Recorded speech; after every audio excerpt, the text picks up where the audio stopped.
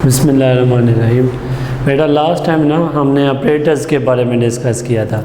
Operators हमने कहा था दैट परफॉर्म द ऑपरेशंस। उसमें आपने देखा arithmetic operators, relational operators, logical operators, increment and decrement and assignment operators के बारे में देखा था। अब वो जो बोर्ड में क्वेश्चन आता है ना, उसमें ये आता है कि what is difference between equal and assignment operator. ये आपकी बुक का भी क्वेश्चन है और मोस्टली बोर्ड में भी, फेडरल बोर्ड में ये क्वेश्चन आता है कि दोनों में डिफरेंस क्या है, equal operator and assignment operator. तो देखिए बेटा, एक होता है असाइनमेंट ऑपरेटर, नेक्स्ट जो होता है बेटा आपके पास इक्वल ऑपरेटर। ये क्या चीज़ है बेटा, असाइनमेंट ऑपरेटर, और सेकेंड क्या है, इक्वल ऑपरेटर। दोनों में डिफरेंस क्या है, ये बोर्ड में क्वेश्चन आता है। असाइनमेंट ऑपरेटर हमने देखा नेम से भी क्लियर है, which assign the value to the variable. Assignment operator is used to, it is used to assign the value to the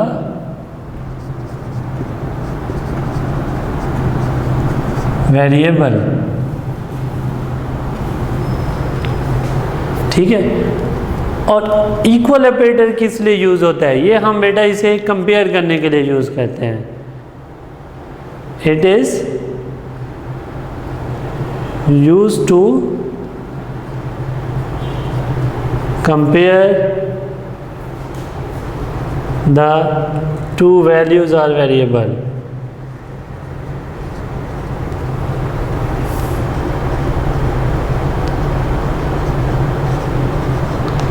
क्योंकि देखिए बेटा, जो इक्वल ऑपरेटर है ये रिलेशनल ऑपरेटर से है। रिलेशनल ऑपरेटर में हमने देखा था less than, equal to, greater than, equal to. यहाँ पे इक्वल टू ऑपरेटर की बात है। ठीक है, इन दोनों में हम डिफरेंस चेक कर रहे हैं, तो हमने देखना है दोनों में डिफरेंस क्या है। यही चीज़ देख रहे हैं कि ये जो ऑपरेटर है दोनों ऑपरेटर दोनों ऑपरेशन परफॉर्म कर रहे हैं, लेकिन जो असाइनमेंट ऑपरेटर है असाइन कर रहा है वैल्यू, किसको, वेरिएबल को। लेकिन जो इक्वल ऑपरेटर है इसका काम और है, इसका काम है कि ये दो वैल्यूज़ को या दो वेरिएबल्स को कंपेयर करने के लिए हम यूज़ करते हैं। देखिए लेट्स सी, यहाँ पे मैं कहता हूँ अगर आपने सिंटैक्स भी लिखना है तो वो भी लिख सकते हैं। सॉरी, सिंटैक्स में देखें आप लिखेंगे क्या, data type, name of variable बेटा,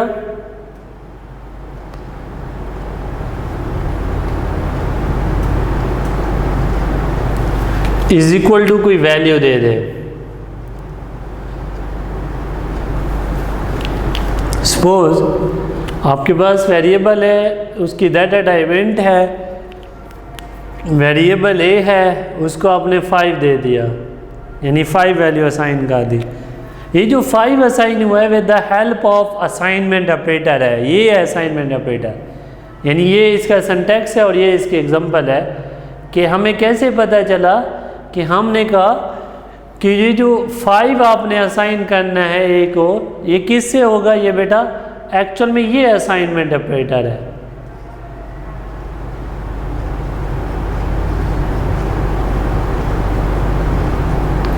इज इट क्लियर? नेक्स्ट जो हमारे पास है इक्वल ऑपरेटर। यहाँ पे देखिए मैथ में तो आप इसको इक्वल का साइन कहते हैं ना, लेकिन सी लैंग्वेज के अंदर ये इक्वल का साइन नहीं है। ये कहीं पे भी यूज़ करेंगे ना, इसे हम कहेंगे दिस इज कॉल्ड ऑपरेटर। और ऑपरेटर्स में से भी कौन सा ऑपरेटर, असाइनमेंट ऑपरेटर। अब हम बात करते हैं इक्वल ऑपरेटर की। इक्वल ऑपरेटर मैंने कहा कंपेयर करने के लिए टू वैल्यूज़ को हम यूज़ करेंगे, ना कि वैल्यू असाइन करने के लिए यूज़ करेंगे। कैसे, इसका सिंटैक्स देखें। आप कहेंगे कोई वेरिएबल है, इज इक्वल टू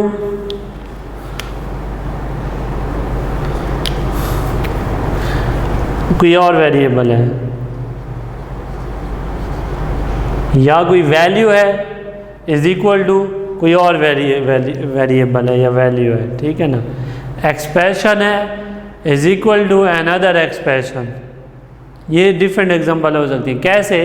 अगर मैं कहता हूँ सॉरी यहाँ पे सेमीकोलन नहीं लगेगा, ये माइंड में रखना है, ठीक है। ए इज इक्वल टू बी, तो यहाँ पे वेरिएबल है, दूसरा वेरिएबल है।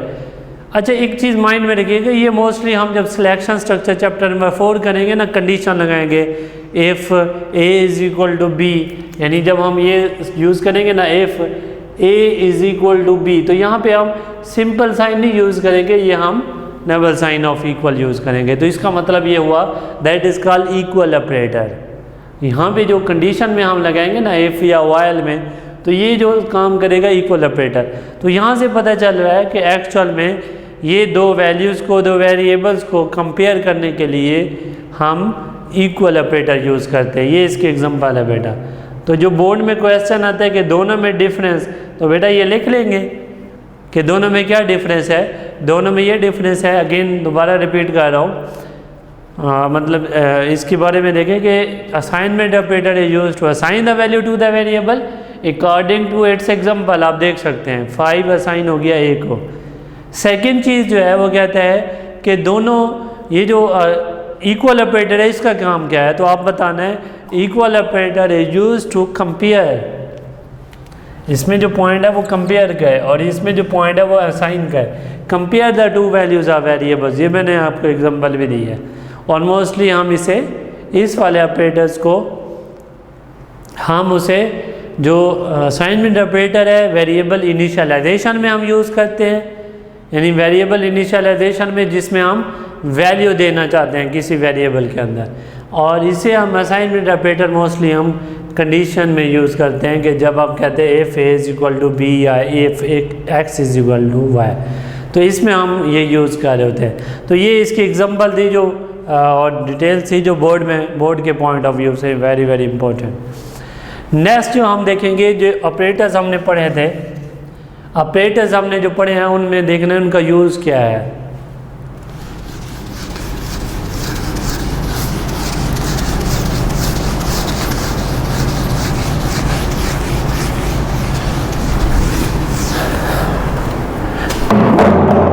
बेटा आज हम जो है ना नेक्स्ट एक प्रोग्राम बनाएंगे जिसमें हम ऑपरेटर्स, अरिथमेटिक ऑपरेटर्स जितने भी पढ़े हैं ना हमने, उनके बारे में देख रहे हैं कि ऑपरेटर्स का यूज़ कैसा है। तो सबसे पहले देखें हम प्रोग्राम बनाते हैं।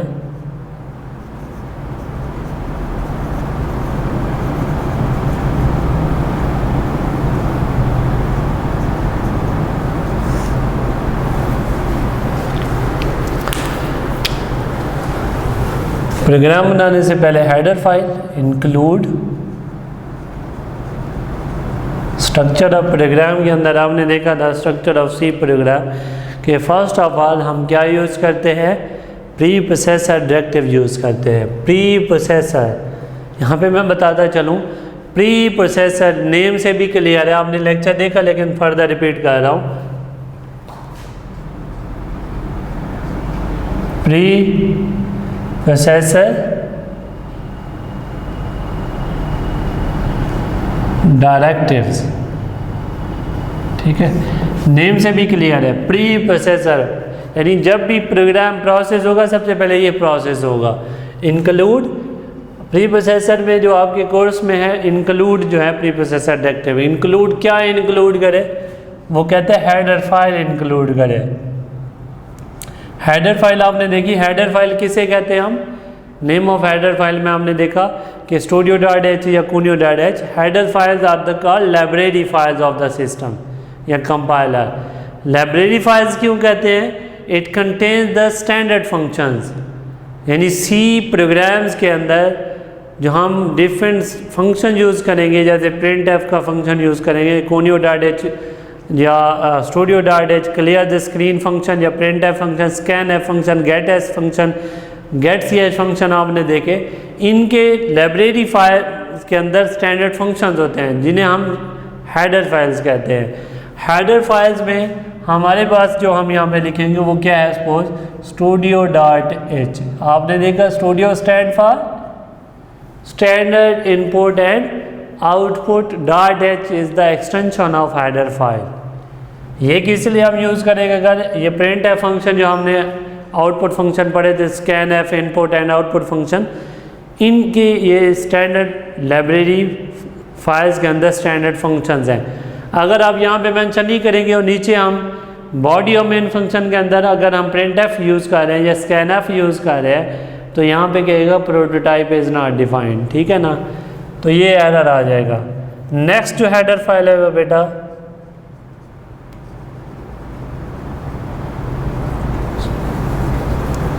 इंक्लूड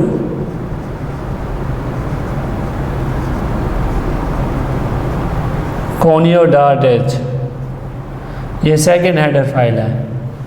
अगर आप ये conio stand for console input output, ये क्लियर द स्क्रीन और फॉर प्रोग्राम के एंड पे जो हम गेट ch फंक्शन यूज़ करेंगे, अगर आप ये गेट ch फंक्शन यूज़ कर रहे हैं और clear the screen function use कर रहे हैं, तो अगर आप ये यहाँ पे उसकी लाइब्रेरी फाइल्स के अंदर अगर ये हेडर फाइल प्रोग्राम के अंदर आप डिफ़ाइन नहीं करेंगे जो सी की लाइब्रेरी फाइल्स के अंदर होती हैं जिसे हम स्टैंडर्ड फंक्शन कहते हैं, तो फिर भी वो एरर देगा कंसोल इनपुट आउटपुट, यानी डिफाइन नहीं है, प्रोटोटाइप डिफाइन नहीं है।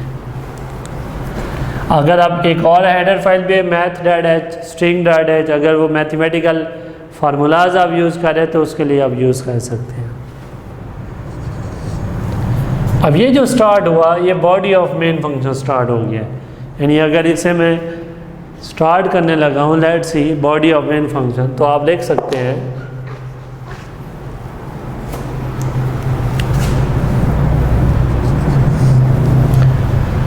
बॉडी ऑफ मेन फंक्शन के अंदर क्या होते हैं।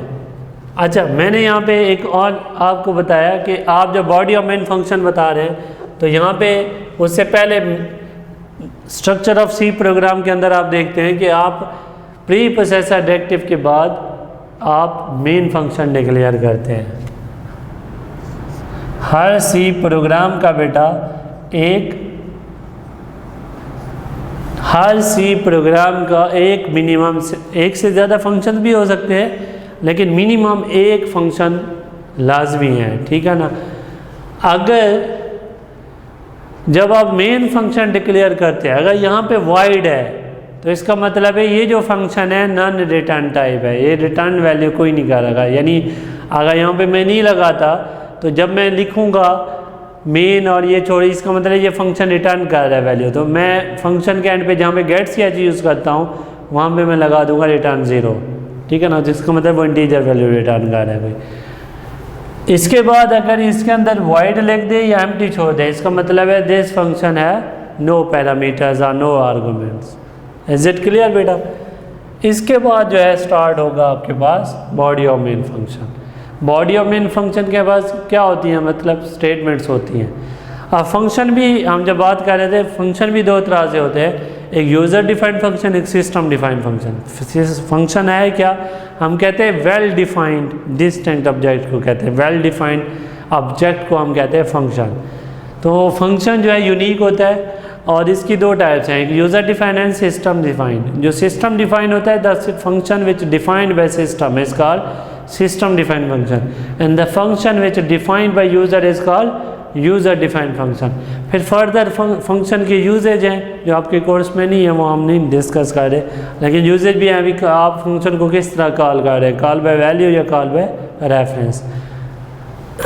अब यहाँ पे स्टेटमेंट्स हैं, मैंने conio.h यूज़ किया तो उसका एक फंक्शन है clear the screen, SCR clear screen. ये फंक्शन किस लिए यूज़ होता है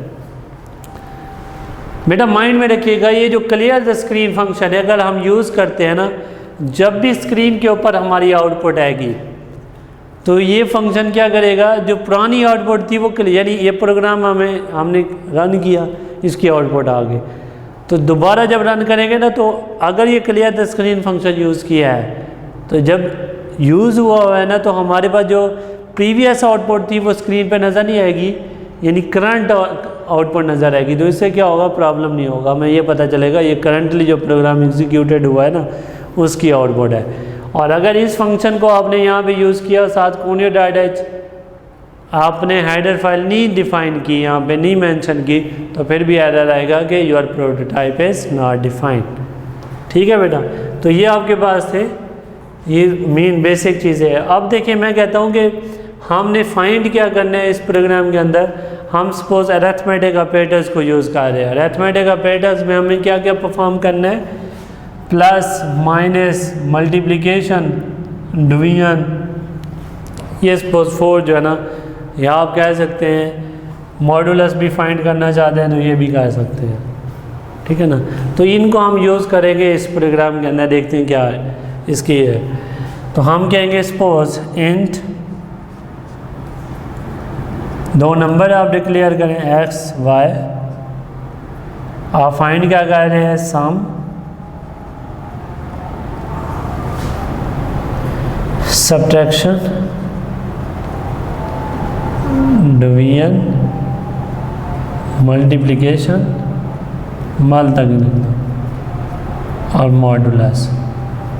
सपोज ये आपके पास, ये आपने फंक्शनैलिटी परफॉर्म करनी है। 2 वेरिएबल्स हैं जिन पे ये आपने फंक्शन परफॉर्म करने हैं। तो सपोज printf से स्टार्ट करेंगे।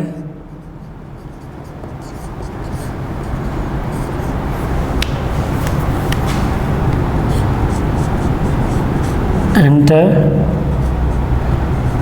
First number,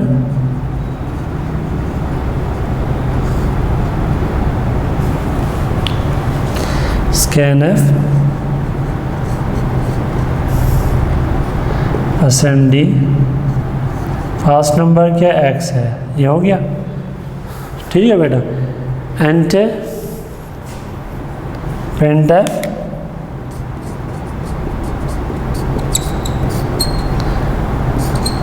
enter second number, और यहाँ पे आप यूज़ करेंगे स्कैनर,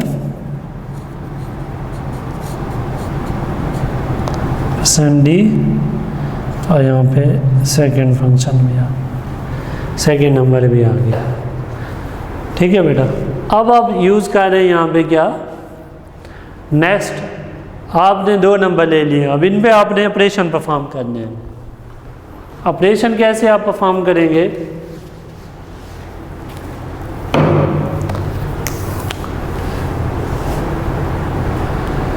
सबसे पहले है सम, तो मैं लिखूंगा sum is equal to x plus Y.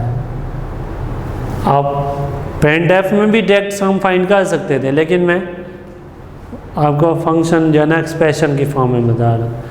इसके बाद आप फाइंड कर रहे हैं सब, यानी सब्ट्रैक्शन, उसकी शॉर्ट फॉर्म में वेरिएबल आपने डिक्लेयर किया हुआ है यहाँ पे सब्ट्रैक्शन का SUB, x माइनस वाई। फिर थर्ड पे आप क्या फाइंड कर रहे हैं, डिवीजन, DIV से आपने वेरिएबल डिक्लेयर किया x divided by y। Next आपने मल्टीप्लिकेशन फाइंड करना है और उसका वेरिएबल आपने डिक्लेयर किया हुआ है MUL, और x मल्टीप्लाई y कर दिया बेटा। और लास्ट में आपके पास क्या है, मॉडुलस। मॉडुलस का जो वेरिएबल आपने डिक्लेयर किया MOD, और यहाँ पे कर दिया मैंने क्या, x मॉड y। यहाँ तक बेटा क्लियर होगी बात। अब इसकी हमने 1 बाय 1 आउटपुट करानी है, तो मैं यहाँ पे लिखूँगा printf,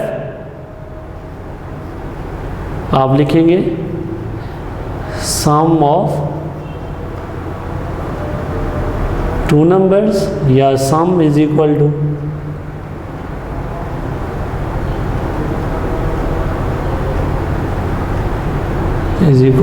%d,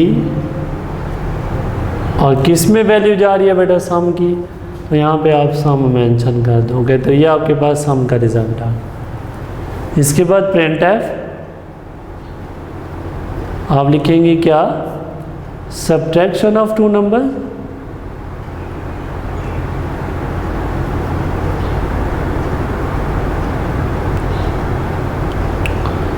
%d, सब्ट्रैक्शन का रिजल्ट किस में है बेटा, वेरिएबल क्या है यहाँ पे, ये वेरिएबल है तो यहाँ पे ये बता देंगे।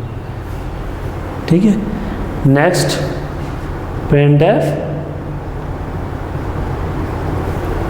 अगेन क्या है बेटा, division of two numbers.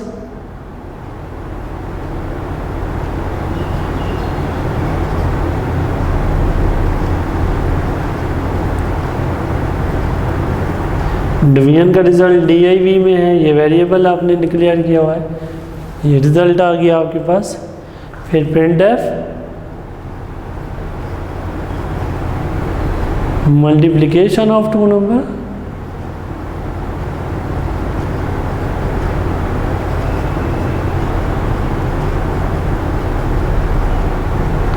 Sandy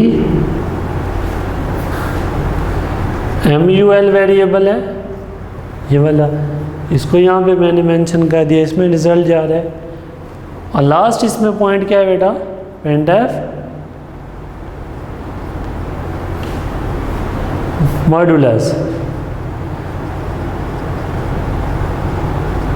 modulus of two numbers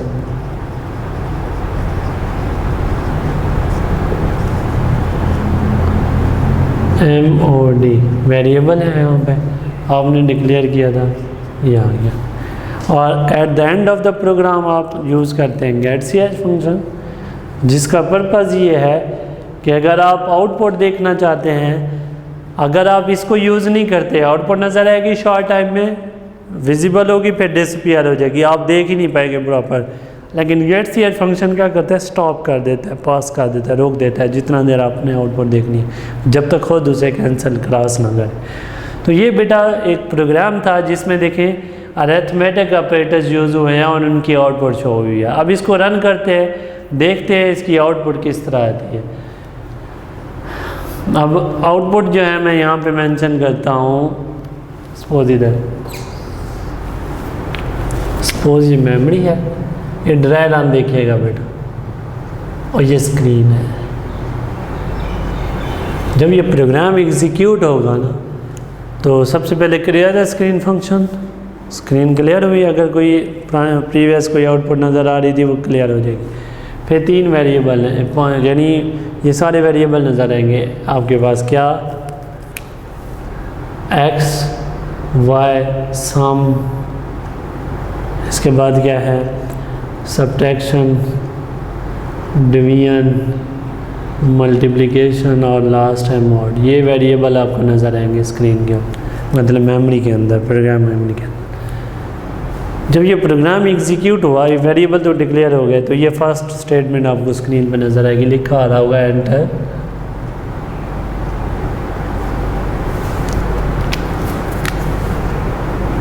मैं मेंशन कर देता हूँ ताकि आपको क्लियर नज़र आए, एंटर फर्स्ट नंबर,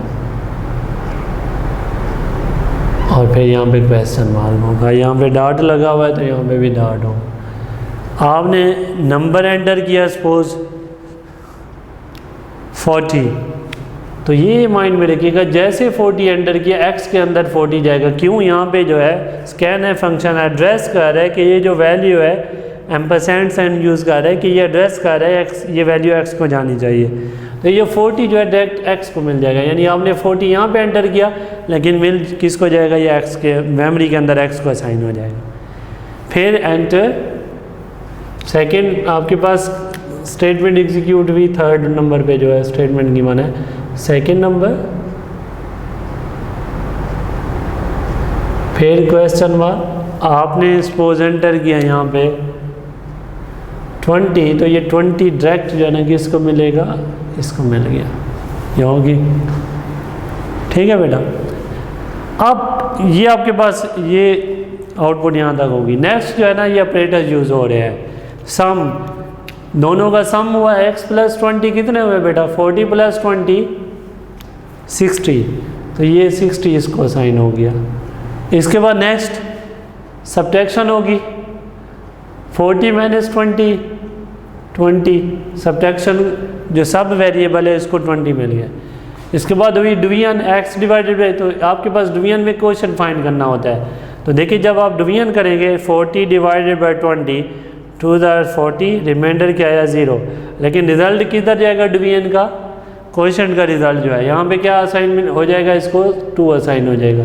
इसके बाद है मल्टीप्लिकेशन, 20 मल्टीप्लाई 40, तो देखिए आपके पास रिजल्ट होगा 0 0 0 2 4 आर 8, तो रिजल्ट आ गया आपके पास 800। तो जो रिजल्ट है 800 किसको मिल जाएगा बेटा,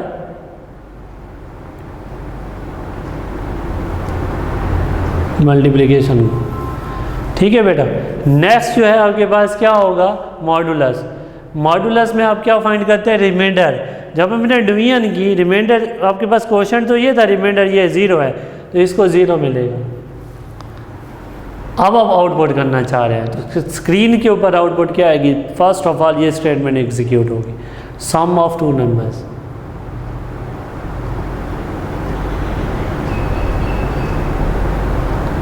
इज इक्वल टू क्या है, रिजल्ट क्या मिला, सम। आप किसको देखिए, ये स्टेटमेंट एज इट स्क्रीन पे प्रिंट हुई और ये स्लैश एंड इसको स्टेटमेंट को नेक्स्ट लाइन पे लेके आ रहा है। ठीक है, यहाँ पे सम में क्या रिजल्ट पड़ा हुआ है मेमोरी के अंदर 60, तो यहाँ पे 60 प्रिंट हो जाएगा। बात समझ आ गई बेटा। नेक्स्ट देखें, सब्ट्रैक्शन ऑफ 2 नंबर्स।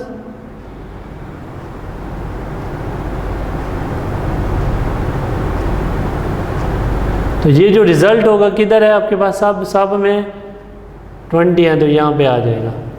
इसी तरह डिवीजन ऑफ 2 नंबर्स, आपके पास रिजल्ट किस में आ जाएगा, डिवीजन में क्या है बेटा, 2 आ जाएगा यहाँ पे। इसी तरह मल्टीप्लिकेशन का रिजल्ट होगा एज इट, लाइन पूरी क्या आ जाएगा बेटा, मल में क्या असाइंड है बेटा, मल में 800 यहाँ पे आ जाएगा। और लास्ट है मॉडुलस ऑफ 2 नंबर, ये पूरी line statement as it print होगी बेटा। ठीक है ना, तो जैसे यहाँ पे भी तो 0 यहाँ पे प्रिंट हो गया, तो ये आपके पास एक कंप्लीट आउटपुट आ जाएगी स्क्रीन के ऊपर। ये जो अरिथमेटिक ऑपरेटर्स हैं प्रॉपर, इसका कैसे यूज़ हुआ आपने देखा, आपने 2 नंबर्स लिए, इनके ऊपर ऑपरेटर्स परफॉर्म किए, फिर 1 बाय 1 इनकी आउटपुट करा दी। तो जो स्क्रीन पे इस प्रोग्राम की आउटपुट होगी वो जस्ट ये नज़र आ रही होगी आपको। That is the complete operations of arithmetic operators. तो बेटा ये समझ आ गई इस प्रोग्राम की, कोई इशू?